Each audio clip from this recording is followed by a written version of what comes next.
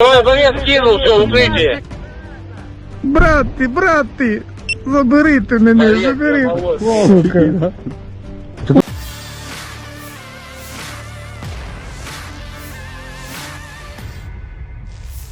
Drone pengintai merekam suasana penyerangan pasukan Rusia di sekitar pengangkut personel lapis baja NATO yang dipasok untuk Ukraina.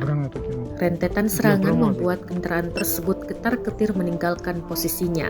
Namun satu hal yang menarik perhatian saat pengangkut personel lapis baja meninggalkan satu krunya.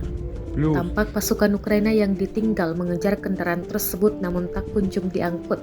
Rekamannya beredar di Telegram pada Jumat 24 Maret 2023. Dalam keterangan unggahan disebutkan awak pengangkut personel lapis baja NATO dari Angkatan Bersenjata Ukraina meninggalkan saudara mereka terbungkus asap serangan tentara Rusia.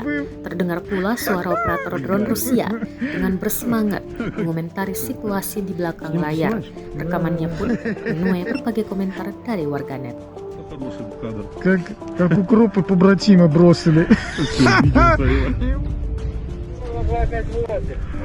И все, спокойно пошел на...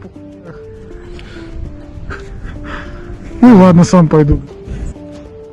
Setahun berlangsung invasi, Rusia melaporkan 404 pesawat Ukraina, 224 helikopter, sebanyak 3.562 kendaraan udara tak berawak, 414 sistem rudal anti pesawat dieliminir sejak awal operasi khusus. Sedangkan dari kubu Kiev, Kementerian Pertahanan Ukraina melaporkan 1.020 tentara Rusia dieliminir dalam 24 jam terakhir.